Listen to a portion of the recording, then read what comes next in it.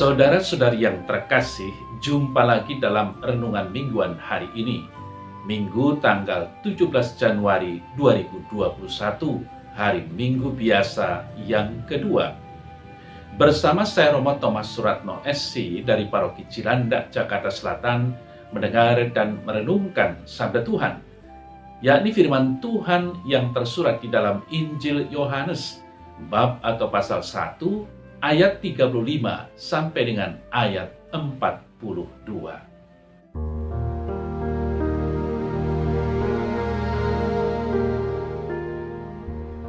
Pada keesokan harinya, Yohanes berdiri di situ pula dengan dua orang muridnya.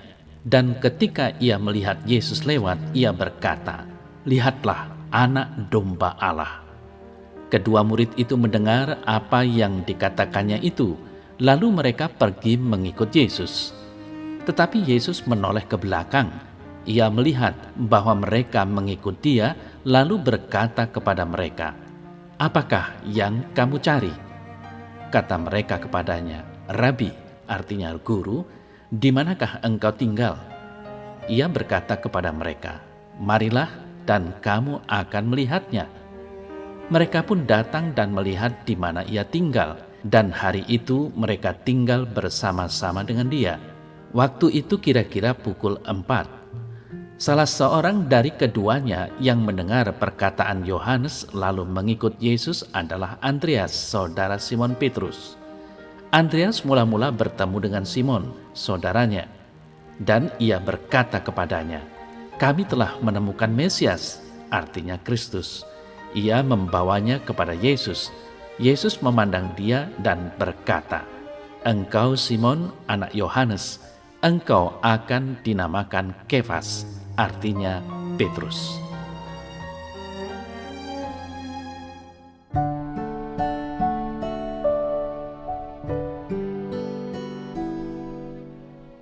Saudara-saudari yang terkasih, pertanyaan Yesus, "Apa yang kamu cari?"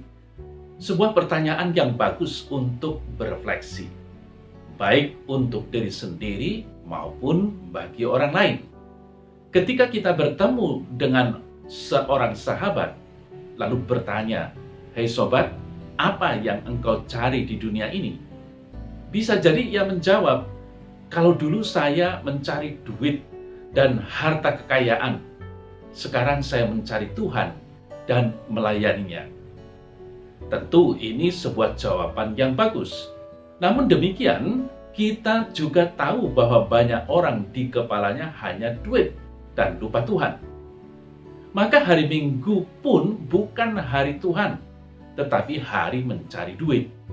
Namun kalau nanti mengalami kesulitan, menderita sakit suatu penyakit, baru mencari dan mendekatkan diri pada Tuhan, hari Minggu sungguh menjadi hari Tuhan.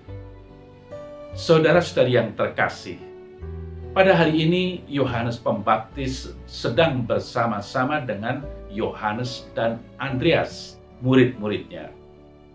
Mereka berdua mendapat pembinaan yang bagus dari Yohanes Pembaptis. Nah, sore itu kira-kira jam 4 sore, waktu suci berdasarkan kitab suci, Yesus lewat di depan mereka bertiga. Yohanes Pembaptis berkata kepada Yohanes dan Andreas, "Lihatlah, anak domba Allah." Yohanes dan Andreas meninggalkan Yohanes Pembaptis, guru mereka, dan mengikuti guru yang baru. Ketika Yesus menoleh dan melihat mereka, ia bertanya, "Apakah yang kamu cari?" Saudara-saudari yang terkasih, Yesus tidak bertanya siapakah yang merujuk pada dirinya, tetapi pertanyaannya adalah apakah, yakni yang merujuk pada benda atau harta. Tetapi Yohanes dan Andreas juga menjawab dengan pertanyaan, "Guru, di manakah engkau tinggal?"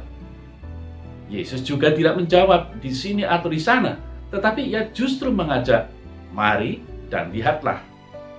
Yohanes dan Andreas datang dan tinggal bersama Yesus. Saudara-saudari yang terkasih, pengalaman tinggal bersama Yesus rupanya membuat Andreas terpesona dan mengajak Simon Petrus saudaranya dengan berkata, "Kami telah menemukan Mesias." Ia pun membawa saudaranya kepada Yesus dan nama baru diperolehnya, "Engkau Simon anak Yohanes, engkau akan dinamakan Kefas." Saudara-saudari yang terkasih, warta Injil hari ini menarik untuk kita renungkan bersama sebagai pengikut Yesus. Yesus selalu berjalan atau bergerak di dalam lorong kehidupan kita. Dia adalah putra Allah yang berinisiatif untuk menyelamatkan umat manusia. Mengikuti Yesus berarti siap mengambil konsekuensi logis, yaitu berkorban demi kebaikan orang lain. Berkorban ditunjukkan dengan karya-karya nyata, sebagaimana diteladankan Yesus sendiri. Nah, saudara-saudara yang terkasih, dalam konteks panggilan, Tuhan memiliki inisiatif untuk memanggil, tetapi manusia memiliki sikap bebas untuk menjawab panggilan itu. Kita ingat perkataan Yesus, "Bukan kamu yang memilih aku, tetapi akulah yang memilih kamu." Yohanes 15 ayat 16. Konsekuensi panggilan dan pilihan Yesus yakni orang yang terpanggil akan tinggal bersama Dia. Tadi kita mendengar bahwa Yesus mengatakan, "Mari dan lihatlah." Saudara-saudari yang terkasih, mari adalah ajakan atau panggilan kasih Yesus bagi orang yang dikehendakinya. Dan lihatlah, kata melihat ini dalam pikiran penginjil Yohanes sama dengan tinggal atau berdiam. Konsekuensinya adalah tinggal dalam kasih Yesus, menjadikan orang terpanggil untuk membawa kasih Yesus kepada sesama dan memanggil mereka untuk datang pada Yesus. Maka saudara saya terkasih, kembali ke pertanyaan semula, apa yang kamu cari? Pertanyaan Yesus ini berlaku umum bagi siapa saja yang berkehendak baik untuk mencari Yesus.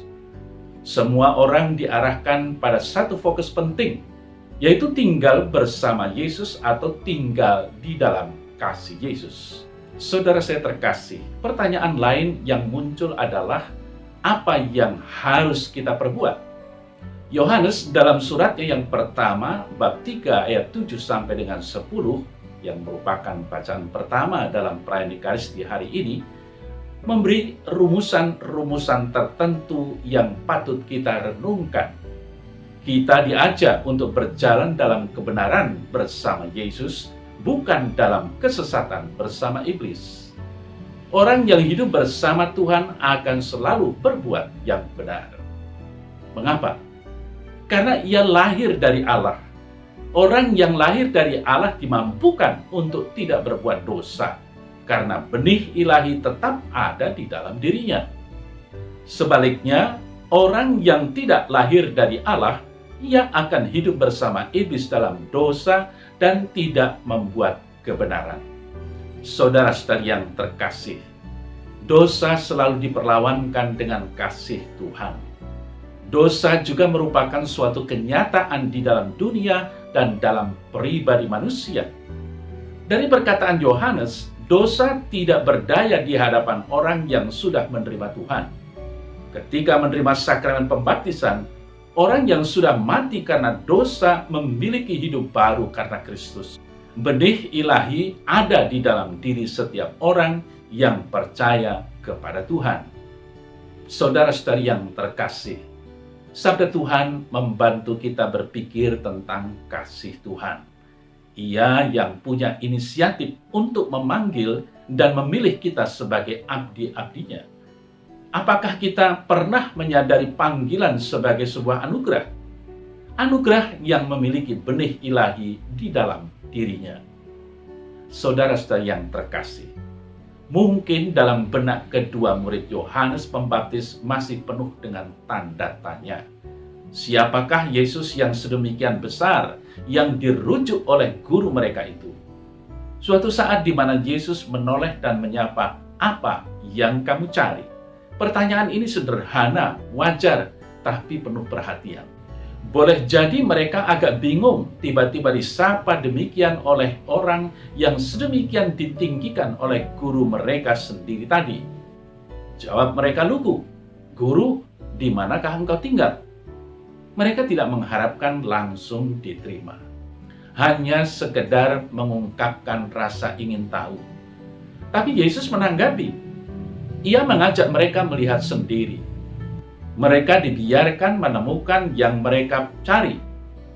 Tidak digambarkan tempat Yesus tinggal oleh penginjil Yohanes, karena yang ingin dikatakan yang sebenarnya ialah bukan tempat tinggal fisik lahiriah, tempat tinggal menginap Yesus, melainkan tempat Yesus yang sesungguhnya diam dan berada, yakni di dalam Bapa dan Bapa diam dalam Dia.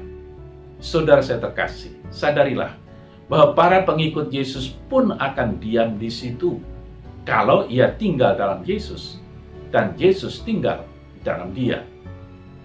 Saudara-saudara yang terkasih, pertanyaan apa yang kamu cari merupakan sapaan Yesus dan mengajak berbicara tentunya. Sang Sabda tidak menganggap sepi orang yang datang kepadanya.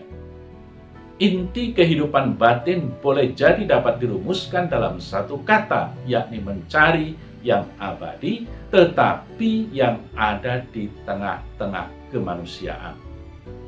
Namun, saudara saya yang terkasih, seringkali kita juga belum begitu tahu apa sebetulnya yang kita maui.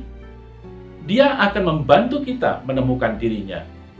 Bisa jadi bahwa kita akan mendapat ajakan melihat sendiri dan menemukan yang tak terduga-duga.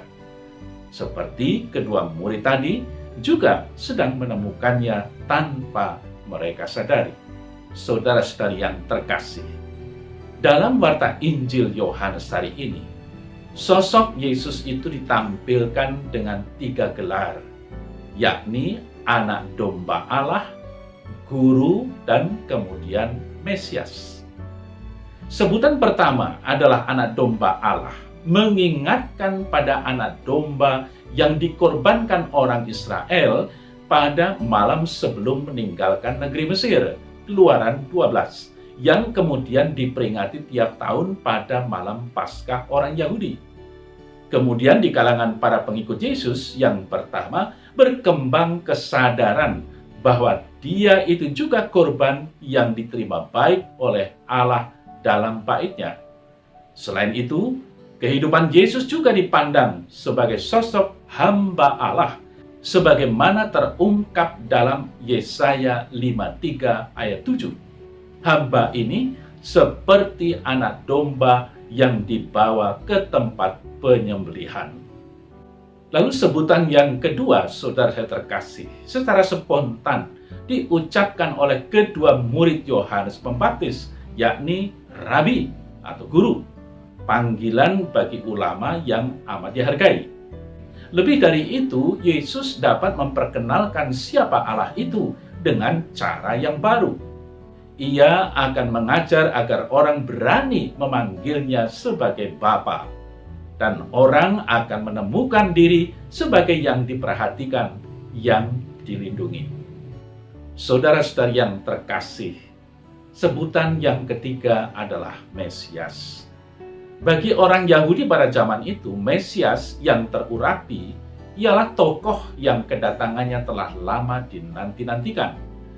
Dialah yang diharapkan akan memimpin umat agar mendapatkan kembali kejayaan mereka. Mereka mendambakan pemimpin yang datang dengan wibawa Allah sendiri. Setelah sehari penuh berada di tempat Yesus tinggal, kedua orang itu mulai mengerti bahwa dia itulah tokoh yang diharapkan banyak orang. Mereka telah menemukannya. Harapan mereka akan perbaikan serta masa depan menjadi besar dan menyala-nyala. Maka dari itu, saudara-saudara yang terkasih, marilah kita juga bertanya diri apakah kita pernah atau selalu mempunyai keinginan untuk tahu tentang Yesus Juru Selamat kita, walaupun kita sudah menjadi orang Katolik.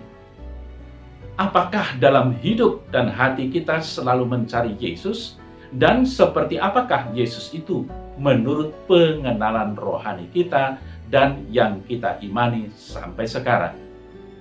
Saudara-saudara terkasih, lalu bagaimana kehidupan kita sebagai umat beriman Kristiani?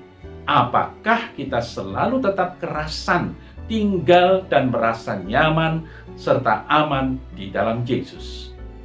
Atau justru kita pernah merasa kecewa menjadi umat Kristen karena ternyata tidak seperti yang kita harapkan? Saudara-saudari yang terkasih, pertanyaan-pertanyaan tadi sungguh bisa jadi menyentak diri kita. Sebab kini baru sadar bahwa selama ini mungkin saja kita tidak merasa enjoy hidup sebagai umat Kristiani. Menyadari bahwa menjadi murid Yesus, apalagi zaman sekarang, tidak begitu mudah. Banyak hal yang harus dipertimbangkan dan diperjuangkan, terutama nilai kebenaran berdasarkan kasih Allah. Hidup beriman yang harus bertumpu pada kasih Allah itu. Dalam nama Bapa dan Putra dan Roh Kudus. Amin. Ya Tuhan Yesus, Mesias Juru Selamat kami, ampunilah segala keterbatasan kami dalam mengenal diri-Mu, sehingga iman kami terasa dangkal dan mudah jatuh dalam penyangkalan akan keilahian-Mu. Curahkanlah Roh Kudus-Mu selalu atas diri kami, sehingga kami mampu untuk beriman sebagaimana yang Engkau harapkan, sehingga kami dapat melaksanakan apa yang Kau kehendaki. Amin. Dalam nama Bapa dan Putra dan Roh Kudus. Amin.